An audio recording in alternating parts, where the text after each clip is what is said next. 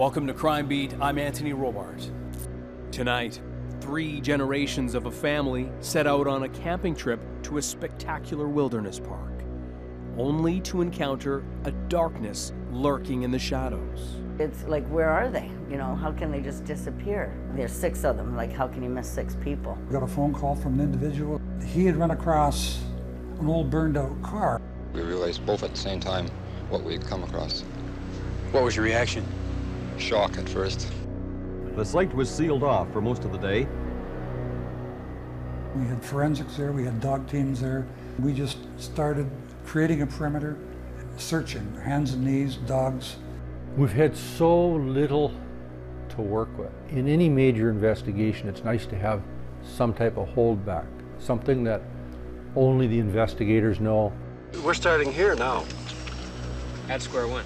What about all the sightings, though, with the suspects and the vehicle being seen in certain areas? But is that evidence? Waste of time? No, how can you say it's wasted time? Nobody could tell us a year ago where to look. I want you guys to knock on every bloody door that there is, and I want you to talk to every goddamn person in the house. I don't care if he's 9 or 90. You're sad, you're scared. Is the boogeyman gonna come and get me and my family?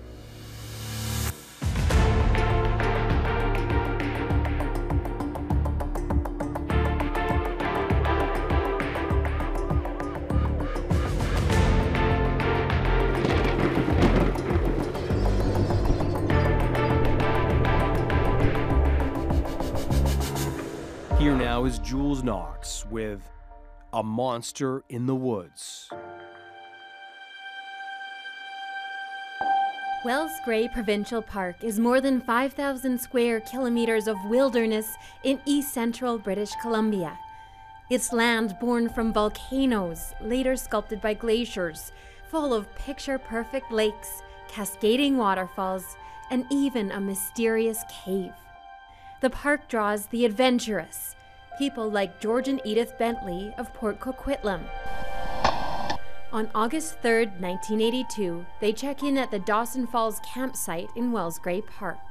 The plan, to meet up with their daughter Jackie Johnson and husband Bob, as well as Janet and Karen, the Bentleys' much-loved granddaughters. The young family of 4 live in the Okanagan Valley in West Bank, a few hours away. They enjoyed, you know, camping together and fishing together, and they were about family.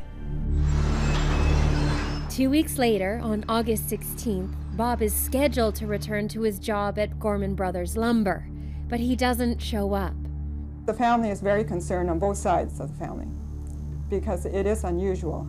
He's never missed a day of work. He got his finger cut off at work and he went to work the next day. A missing persons report is filed for 3 generations of a family. Police ask the public for help in spotting the Johnsons' missing beige Caravel Plymouth or the Bentley's red and silver Ford pickup and Vanguard camper. It has an aluminum boat on top. Brian and Linda Bentley take up the search for their parents and the Johnson family. They canvass restaurants and gas stations in the area. Did you talk to him at all? Yes, I did. He was explaining me how that thing was going up there. Did he ask any questions about the area? Well, no, he asked how far Wells Gray Park was.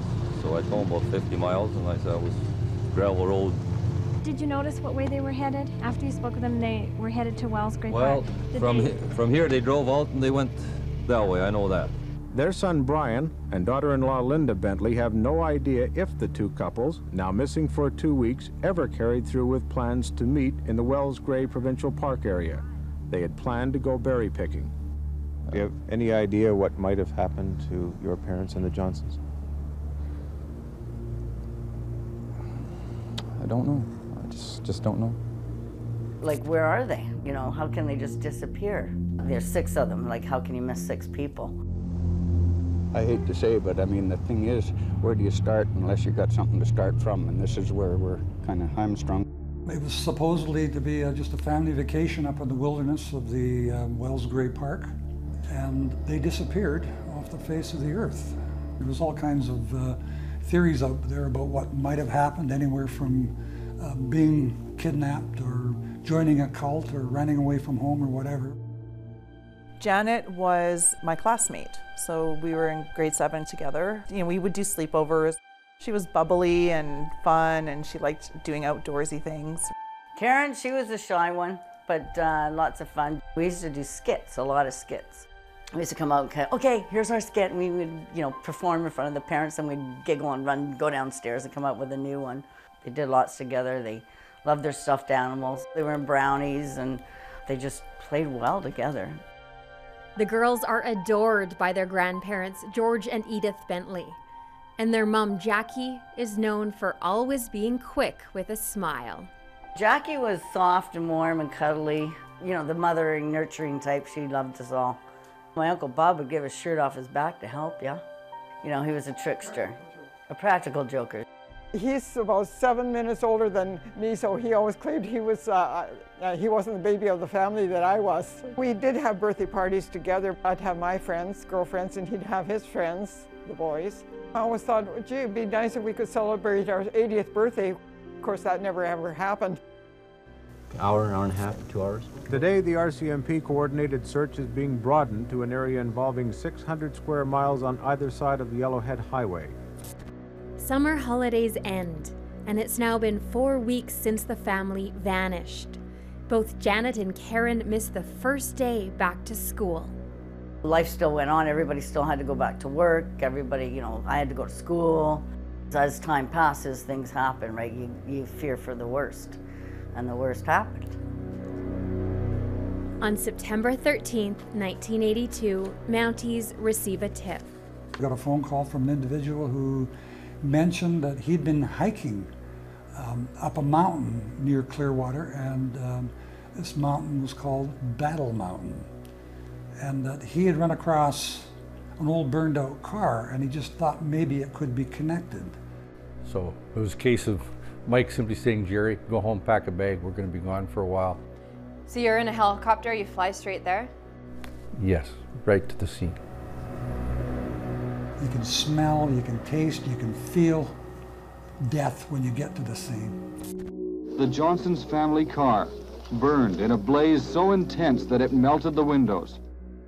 When I'm walking up towards that car along with my partner, Constable Dalen, I mean, we're looking at each other, and we can tell that we're in trouble. Like, we're in big trouble. Any evidence that we're going to be hoping to find is not going to be there. It's going to be burned up. What do you see when you look inside the car? A few bones and ashes. We assumed it was two people because all there was a charred mass of burned bones. And we noticed that the trunk of the car was locked, but there was a key in the keyway, and there was 4 or 5 keys dangling. And I thought, that doesn't make sense. The guy drove the car into the bush. Why would you lock it again? Anyway, we couldn't open it with the keys. I had one of the members obtain a crowbar, and we pried the trunk open.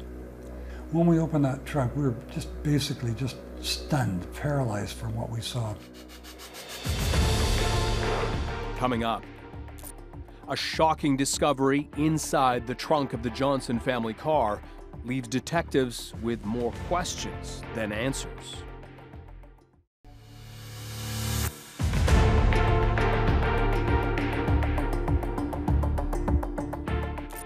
Welcome back.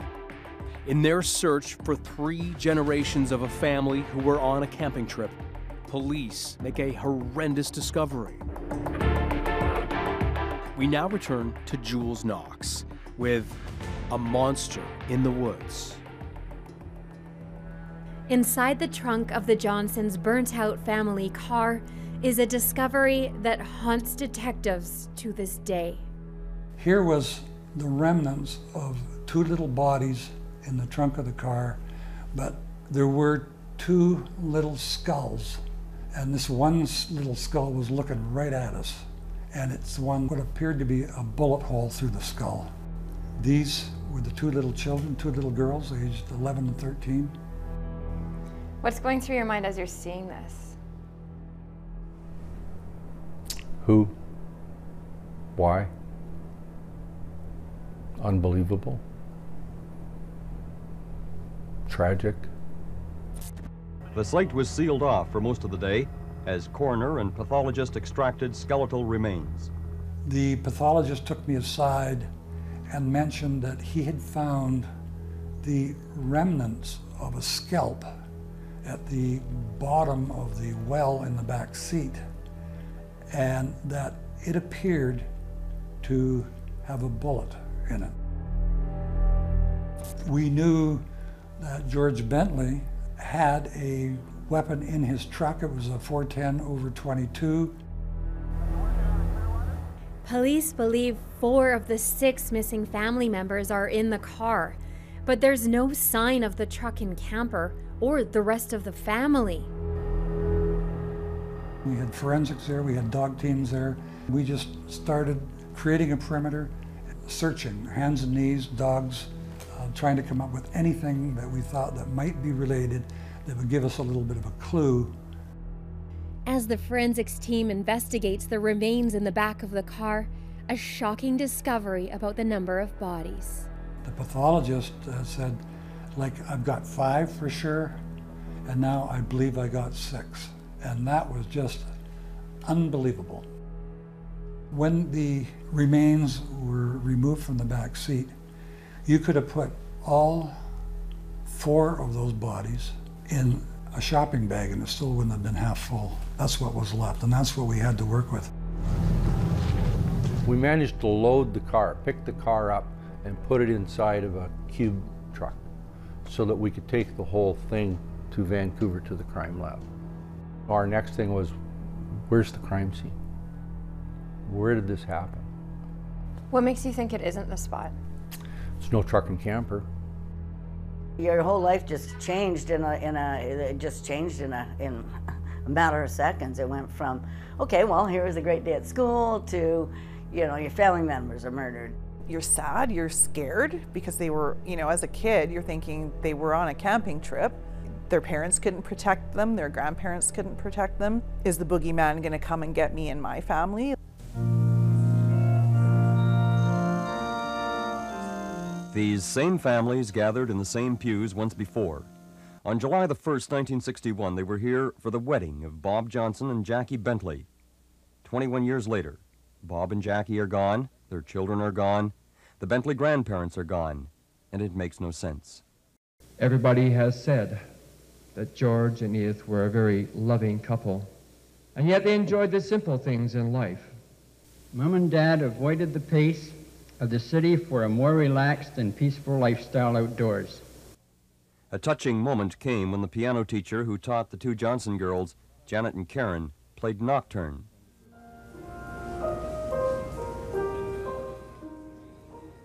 It was, said the pastor, a brutal, savage act, an assault on society.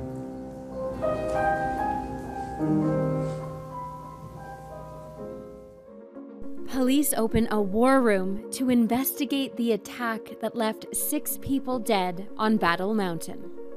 We got maps out, we're talking to the people. Hi, ma'am.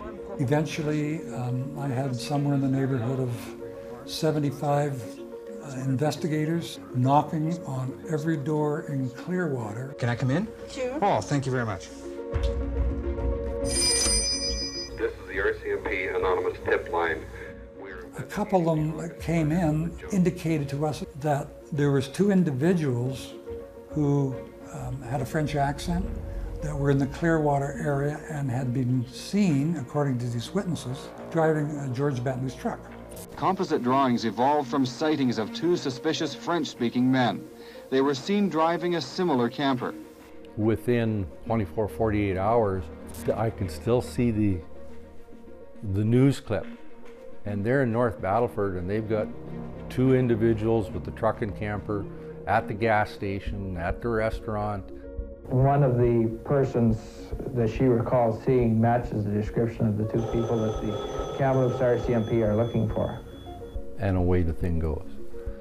There's actually a timeline that's created traveling across Western Canada. This one's 24 hours after this one, 48 hours after this one. Where do you go from here? What's our best lead? Well, our best lead was that bloody truck went that way. So that's what we did. We went that way. Police have made up an exact replica of the Bentley vehicle, and they're going to drive it across Canada to attract attention. We even had it painted accordingly. We had the same boat, we had the same motor, and we had huge, great big signs saying, have you seen this truck? This is the Johnson and Bentley murders. Officers reached the Montreal area before turning around empty-handed.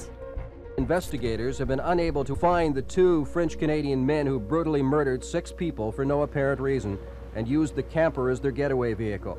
Sergeant Eastham, it's been a year now, exactly a year, that you discovered those bodies in Wellsgrave Provincial Park. Have we made any headway at all in the case?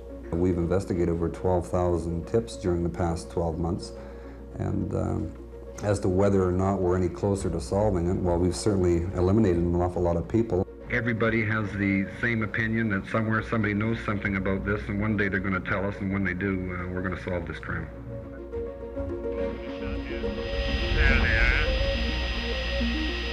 After about 30 seconds after looking at it, we realized both at the same time what we had come across. What was your reaction? Shock at first.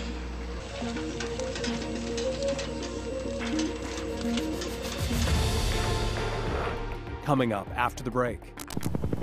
As the search for suspects continues, could a discovery in the woods hold a key to unraveling the mystery of the killings?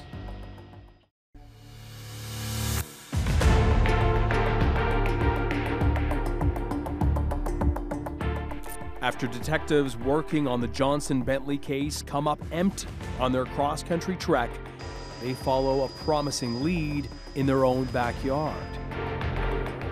We now return to a monster in the woods.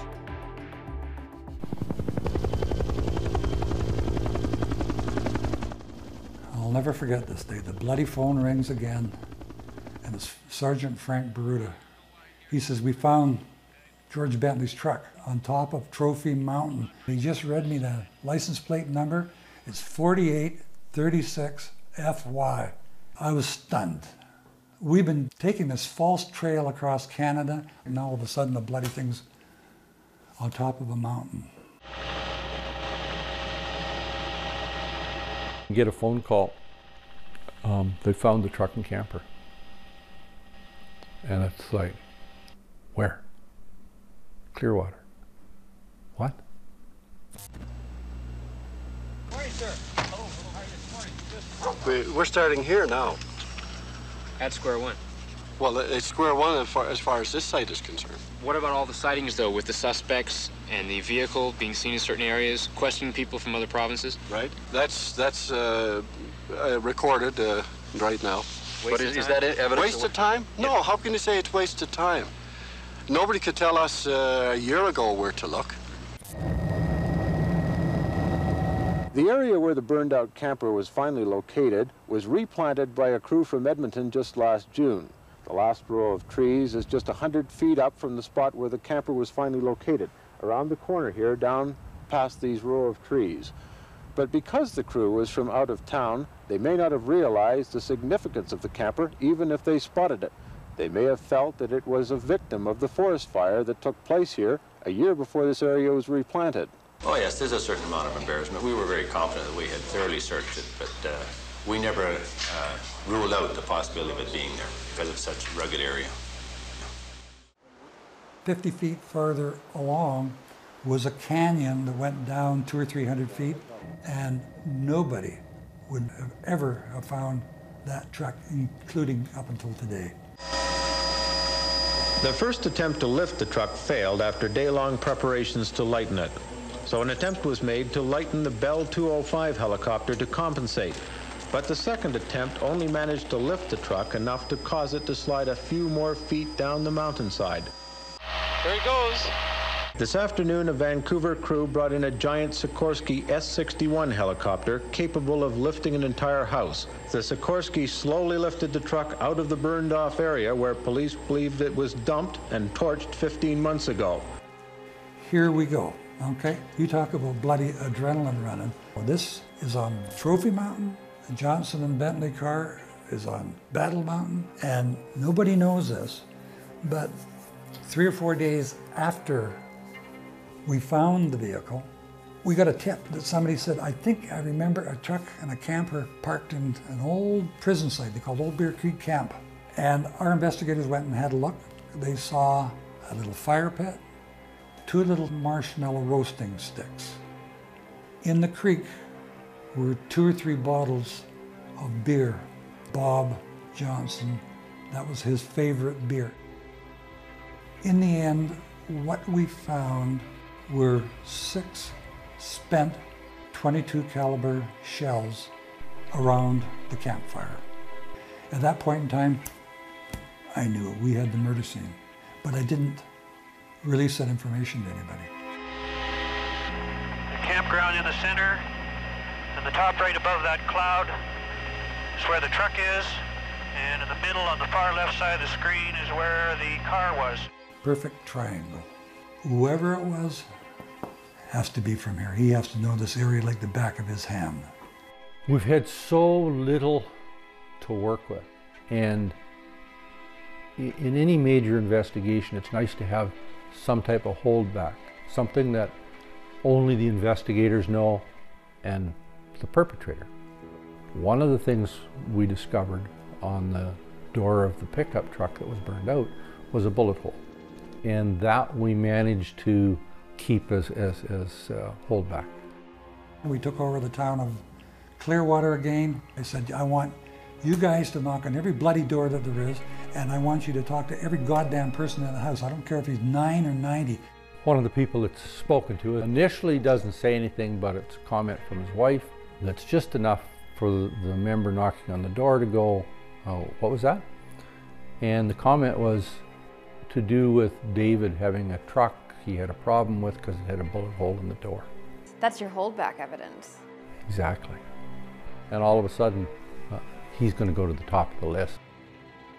One of our members goes for coffee in Clearwater, and a waitress hands him a piece of paper, and it's got the name David Shearing written on it.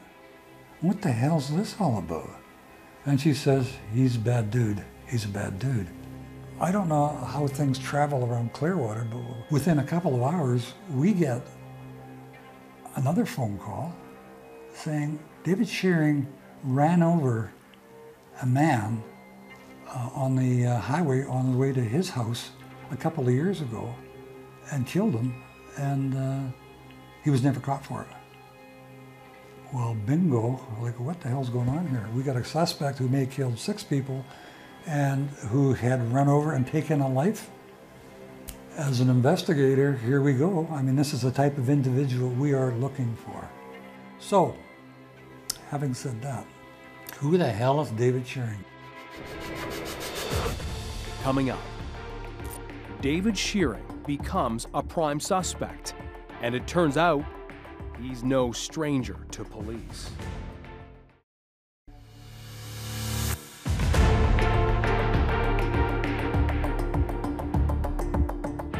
Welcome back to Crime Beat. Police have a suspect in David Shearing, but lack the evidence to make an arrest, so they work on getting a confession. We now return to a monster in the woods. David Shearing has left his home in Clearwater to find work up north in Tumbler Ridge, nearly 10 hours away. But it turns out he's no stranger to police. This was the actual warrant of committal for the thefts.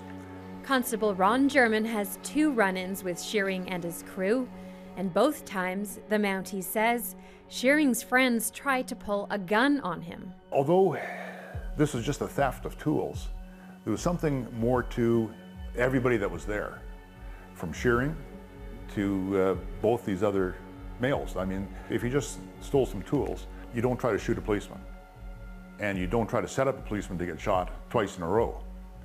But that's what Shearing did. David Shearing lived 2 miles away from what I considered the murder scene, up the road. Did we talk to him? We talked to everybody in Clearwater. Yes, we talked to him. When we pulled his file, the file basically said, yeah, He was interviewed, he was very cooperative. He said, yeah, he'd heard about it, that was just terrible. No, he didn't see anything, no, he didn't know anybody, he didn't do anything. The request for me was to bring Shearing back to Dawson Creek, not arrest him, but to talk him into coming back to be interviewed by Mike. We started the drive in, talking about just everything you could imagine. We ran across a moose that was killed. I think it was hit by a car. So that started the talk about hunting. Now I knew at that point that the rifle that was used was a Remington 22. So I said to Dave, I said, yeah, I have a Cooey rifle, 22 Cooey that I use. And Dave says, oh, my dad has a Remington 22. That's what I use. So at that point, that was kind of when I said to myself that this guy is the guy. Did you have any hard evidence at this point? No, none at all, other than the fact that he lived in the area. Shearing was brought into detachment. I said, hi, my name is Mike Eastham. I'm a detective. I'm with the RCMP from Kamloops. I'm looking at him, he's looking at me. I'm trying to size him up. I'm wondering how I'm going to deal with this big brute of a guy. And then when I stick out my hand and shake his hand, and it's like a wet lily. Anyway, I invited him into our office, sat him down by starting the interview with giving him the police warning so that he knew he could get up at any time and walk out of here. Did my old, what I called it my old Columbo routine, like I'm not very bright, and I got to write a few things down if you don't mind, because I can't remember. I'm just trying to figure out, who are you? Where did you come from? What have you been doing? And he's smoking, and I'm smoking, and he's smoking more than I am, and he's buttoning them as fast as he can get them out of his pocket. I say to him, well, you know, we're here, I mean, we're detectives. We're from Kamloops. We're not here for some Mickey Mouse reason. We're here over a death. I'm going to tell you that I believe that you are responsible for the death of David Carter on the highway near your house a couple of years ago. And all of a sudden, you could just see his whole demeanor was just like, he said, yeah, I did. This is what happened. This is how it happened. And I said, well, I don't write too good. Do you think you could write this out yourself? Do you want to give me a statement? And he said, sure. He's smoking. I'm smoking twice as much as he is at this point in time. My heart is pumping. My adrenaline's flying. I know this is our man. I know we got him. I'm not bloody well leaving here, and I knew it. So then I'm basically, well, David, thank you very much. But I'm going to tell you, the real reason we're here is about the Johnson and Bentley murders. We got a funny feeling that maybe you have some information you might want to share with us. And all of a sudden, there he goes again, back to his demeanor. He just, oh, I could just see him all tighten up. His eyes are going up and down. He won't look me in the eye anymore. You bugger, I know, it's coming, it's coming, it's coming. I can just feel it in my bones. And I said, well, do you know where the Johnson and Bentleys were murdered? And he looked at me and he said, yeah, it was the old Bear Creek campsite, wasn't it? He knows where the murder scene is. Nobody else knew where the murder scene was. And all of a sudden, the tears started rolling down his face. And I said, you knew we'd come for you, didn't you? And he looked at me and he said, yeah. When did you first see them, David? Looking around, his eyes are darting, and he's starting to sniffle, and he's starting to cry, and then he blurted out, I saw him on my way home from work, and I sat up in the bush watching them. They were having so much fun. And he said, the second night I went down there, and there they were again. I took my 22 with me this time. He says, I just got up and I took the gun and I walked towards the camp, and Bob Johnson, the young guy, he stood up and looked at me, started walking towards me, looking at me, and I just up and I shot him. And then he said, this woman got up and she started running, and I shot her and she went down. The old guy stood up and was coming towards me, and I shot him and he went down. And then the older woman, she's running towards the back of the camper, and I ran behind her and I shot her in the back of the head too. And that young guy, he says he was still breathing, he was gurgling, so I shot him again in the head. I said, where were the little girls? And he said, they were in the tent. He said, well, I went in the tent and I told them that there's some bad people, there's some bikers, but don't worry about it. Their parents told me to tell you to do as I tell you and you'll be safe. Don't come out whatever you do. He says, well, I dragged the 4 bodies over to the car, opened it up, and I put them all in the back seat. I said, then what'd you do? He said, I went and got the girls. I told them just to get in the front of the car, which they did, and I told them I was going to take them someplace safe. He drove them down towards his residence on the farm, and he had a clearing down there. And that's where he left the two little girls with their dead mom and dad, grandma and grandpa sitting in the car in the middle of the night. And he told them, he said, don't get out of the car because there's bears and there's wolves and they will eat you. You talk about terror. There's no words to describe what they must have been going through. Eastham says Shearing sets up a tent for the girls, and after a few days, he moves the children down to a cabin in the woods. The next morning, there's a knock on the door, and David had looked out the window and he saw a prison guard with some prisoners out there. They were fishing in the river. He told the children, he says, don't say a word, don't sneeze, don't breathe. And this prison guard said to David, I just want to let you know that we're going to be out of here in a little bit. We're just doing a little bit of fishing. And at that point in time, when he's telling me this story, I'm thinking, my God, why didn't one of those kids just scream, yell, say anything? Later on that afternoon, David takes the kids back to the tent ground. And the next day he comes back to the kids and he tells the youngest one, come here, I got to show you something. So he says, I took her down around the corner, down the trail a little bit, and then he told Karen, he said, Karen, turn around. She says, I got to take a leak. When Karen turned around, he reached behind the tree, pulled out his .22 rifle, and he said, I shot her in the back of the head. Down she went. And then he said, I went back to the campsite, and I got Janet. And I said, Janet says, where's Karen? And Shearing says, oh, I got her tied to a tree.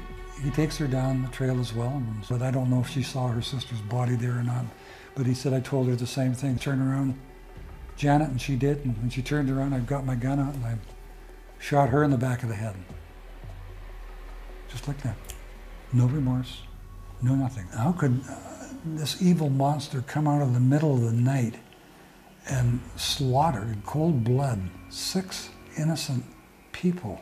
What in the earth goes through a person's mind when he can do that? And what he's telling me is that he wanted their personal possessions. He wanted their tools. He wanted the boat. He wanted the murder. My old gut's telling me you don't kill somebody just for their possessions. You don't kill 6 people. There's more to this story. Coming up, as the case goes to trial, will detectives ever learn David Shearing's true motive?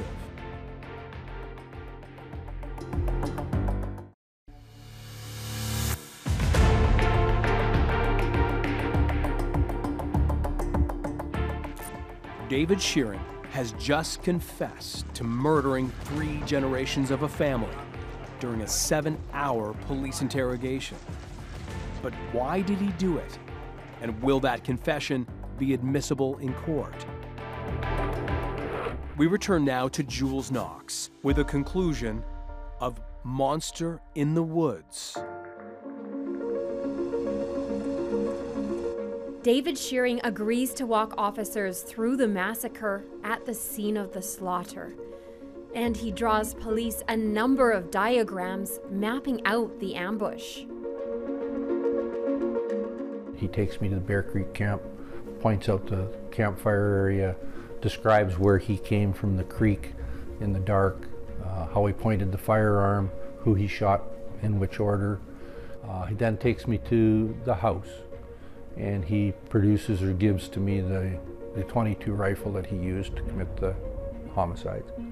And there was no remorse. At any point, are you like, I can't believe David Shearing is showing us all this stuff? No. No, I never for 1 minute didn't think he would. If he hadn't confessed, you wouldn't have much of a case. Would have been very difficult. Why do you think he confessed? You know, it's said that everybody wants to confess, and they will to the right person at the right time. David William Shearing, age 24, was arrested in the Dawson Creek area on Saturday, November 19th, and was escorted back to Kamloops. Shearing has now been charged with 6 counts of second-degree murder. I still think that there are other possibilities. What effect has this had on you and your family? It has been quite traumatic. I think there had to be a mistake. You know, it's impossible. One person doing a big job like this, it's ridiculous, really. No, I cannot believe, I don't believe it still. A car arrives at Kamloops Court. David William Shearing has a date with justice. Police detectives bring in the key piece of evidence. The murder weapon is Shearing's .22 caliber rifle. This could be the beginning of a 6-week trial. You know, he was dressed up in a suit. He hung his head down, never looked up at anybody. In court, Shearing stood as the charges were read to him. In a quiet voice, he responded guilty to each of the second-degree murder charges in the deaths of Edith and George Bentley, Robert and Jackie Johnson of West Bank, and their children Janet and Karen. And every time he pled guilty to each count, it was just like you almost hear a sigh of relief in the whole courtroom. Who is David William Shearing? What happened inside his mind that night to make him gun down 6 people? Were there no warnings that he might turn into a killer? While there were no answers to those questions, there was shock from his family and friends. They all sent letters to the court, which were read into the record by Shearing's defense lawyer, Fred Cates. All of them described him as a quiet and retiring man, someone who would rather be on a fishing or hiking trip. A former high school counselor wrote that he was an above-average student. Brother Greg wrote a moving letter that said that his family was shocked, that he was a loving and affectionate, devoted member of the family. In fact, when his father fell ill in 1982, Shearing returned from a job in Alberta to take charge of the family ranch. When his father finally died, David Shearing began to drink heavily. That was 4 months before the murders. Do you think he acted completely alone? Yes. Yeah, no question in my mind. Maps produced by Shearing eventually led to the recovery of George Bentley's boat and motor. When asked, "Why did you do it?" Shearing replied, "I don't really know. At one point, I thought I wanted the car and the camper."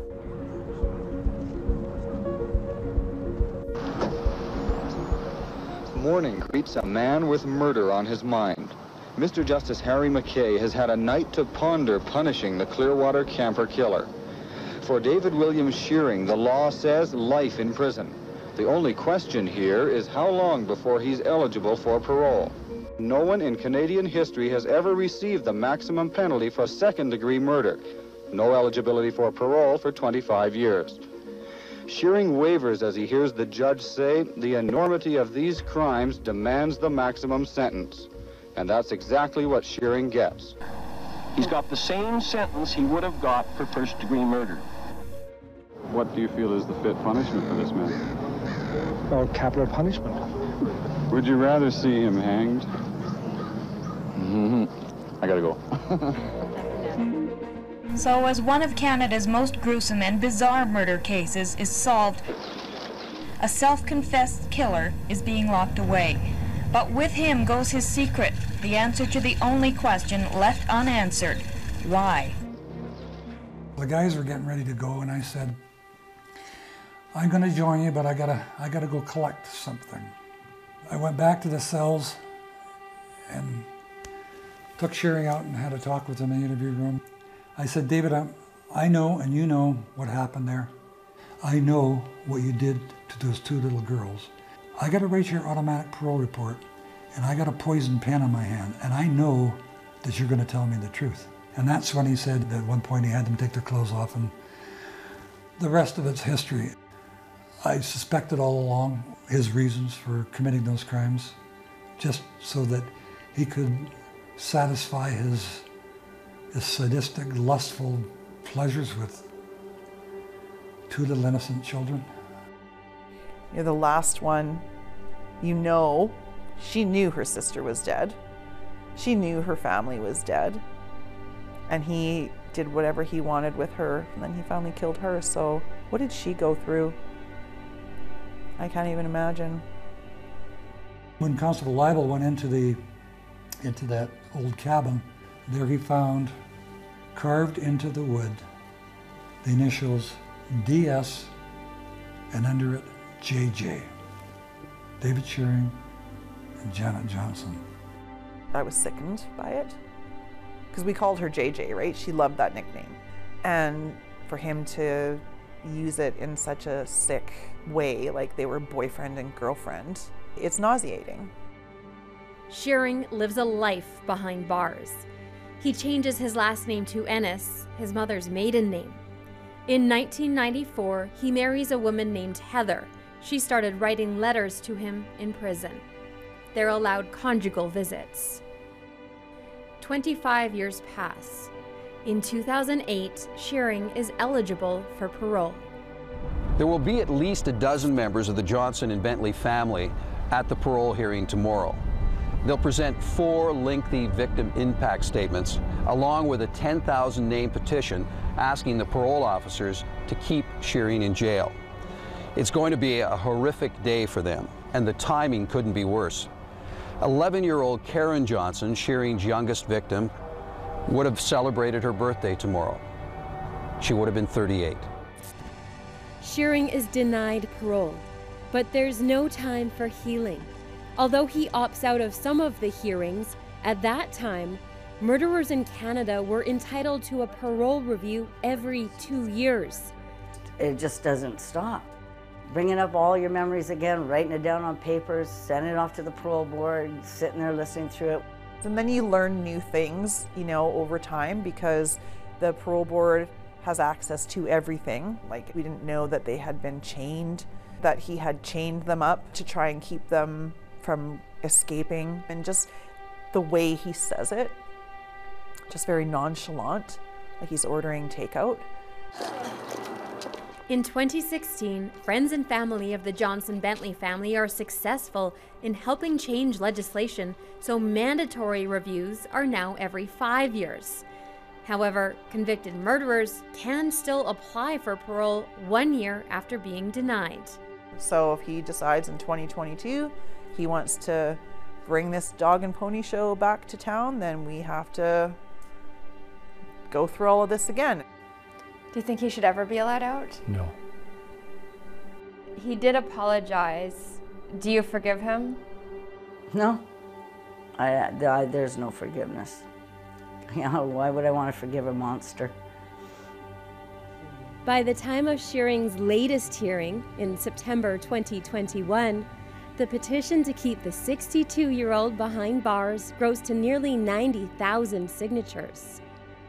This story, yes, it's a story about 3 generations of a family that were murdered and wiped off the planet, but it's also a story about what victims go through afterwards and what they continue to go through because of the way that our system is designed.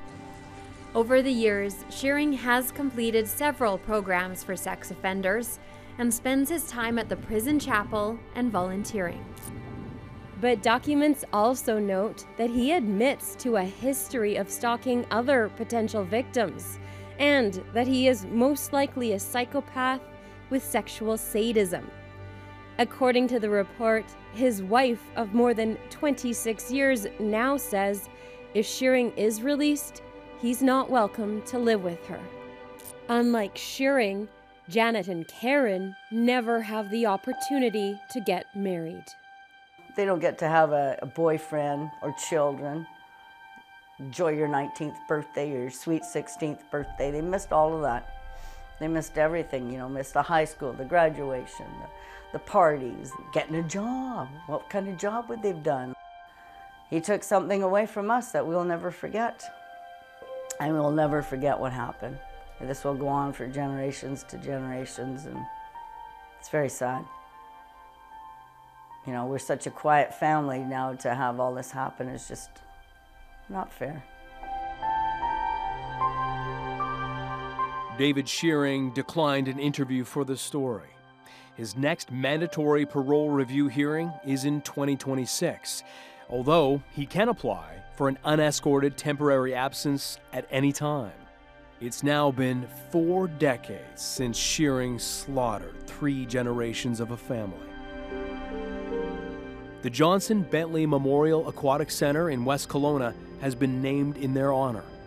It's a place where the community comes together to play and heal. I'm Anthony Robart. Thank you for joining us tonight on Crime Beat. Want more episodes of Crime Beat? Listen to the Crime Beat podcast now for free on Apple Podcasts, Spotify, or wherever you find your favorite podcast. And for past episodes of Crime Beat, check out our YouTube page, globaltv.com, or download the Global Go app.